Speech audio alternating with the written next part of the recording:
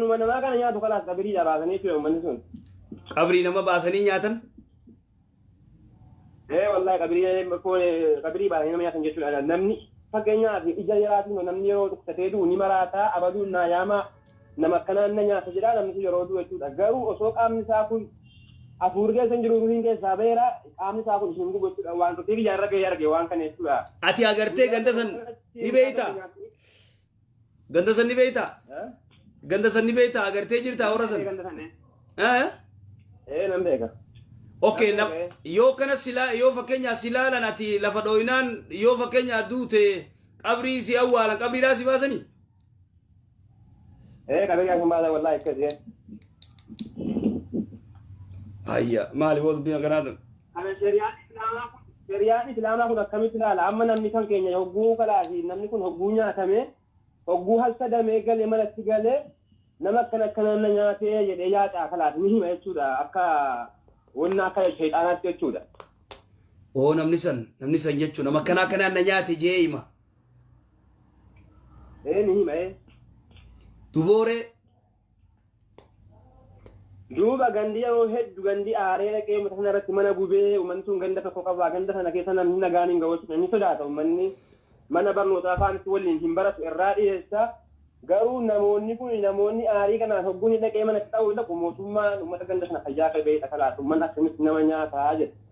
Garuu immoo ammas ni jira jechuudha manuma sana ta'ee kan Oromoo keenyatti madaqee wajjin hin jiraatu hogguu keelloon daraaru hogguu birraan bari'ee nurraa dhiyeessaa nurraa baqadhaa jedhanii sagan.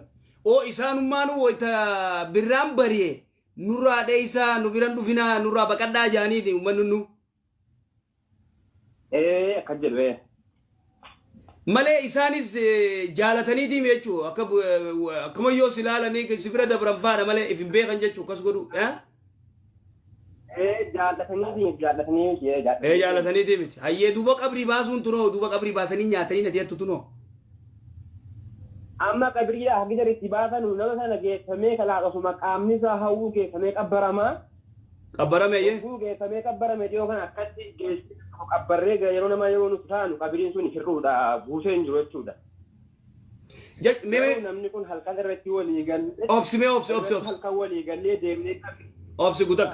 Fakkeenyaa namni kun ayyee namni tokko yoo dabree dhukkubsatee yoo gartee ilaalcha isaan laalan sanii yoo du'e wayita du'e fuudhanii gizee awwaalan qabriidhaa isaantu baasaa hin siyya jiru.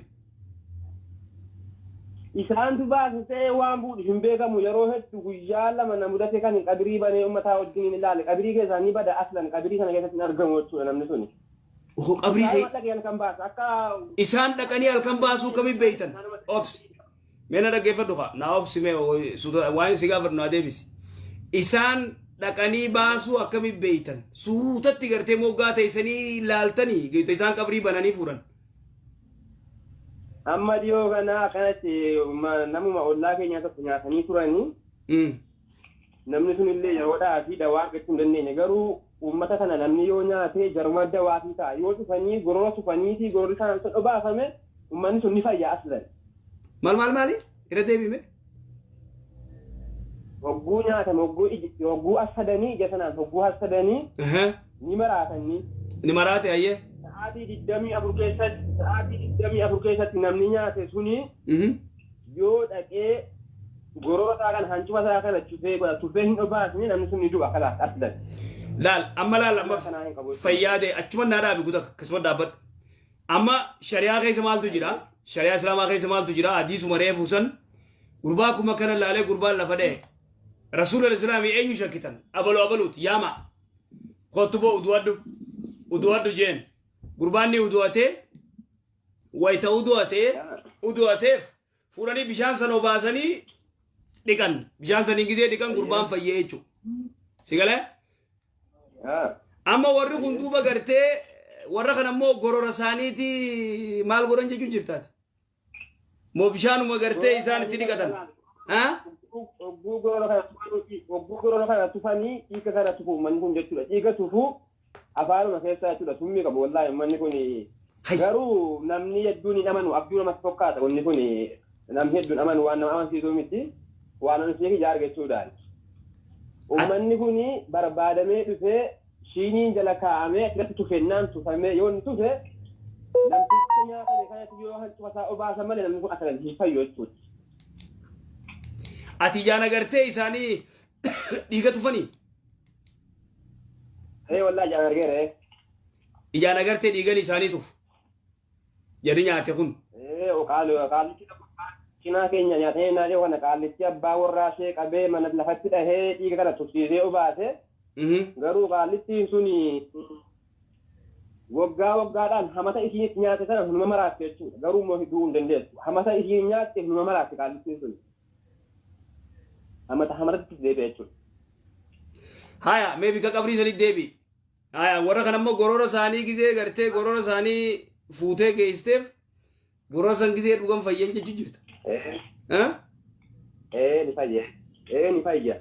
Haya, qabrii kamiin baasarree? Qabrii kamiin baasan? Isaantu baasa moo maaltu baasa? Qabrii amma dhiyoo kana yoo uummanni kun hogguu nyaatu uummata babbareedaa uummata qaamaan gagabbataa kana nyaatu warra jaalu jechuudha. Kan jarri hassadan ni egaa ummata qaamaan babbareedaa kana hassadu guyyaa takka asii ollaa keenya nan tokko nyaatti ajjeeftee uummanni kun qabrii qabbaree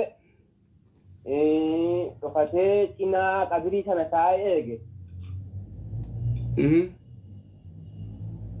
Cinaa qabrii kana dhaabbatee eegennaan uummanni sun namni lama dhufanii qabrii daarii dhadhaabatanii. Warri nama nyaatu san. Yeroo san ammoo namni sun immoo yeroo duudhaa ka'u nama akkanaan na nyaatee jedhe namni siin himatte sun dhufee qabrii sana dhaabbataa jira jechuudha. Haya dhaabbate suuta ilaaltanii isin moggaadha. Halkan yeroo subiin azzaalamu dhufu manni sun barii keessa jechuudha. Haya. Garuu sanaan booda uummanni inni qabee seeratti dhiyeessee naan mootummaan akkamitti namni nama nyaataa jedhe jechuudha. Garuu uummanni naannoo keenyaa uummata kana ajjeesaa oolu jechuudha. Kalaas mana kana afaan irratti ibidda qabsiisuu uummata maniyaa innaan aslaan irraa dhiyeesse.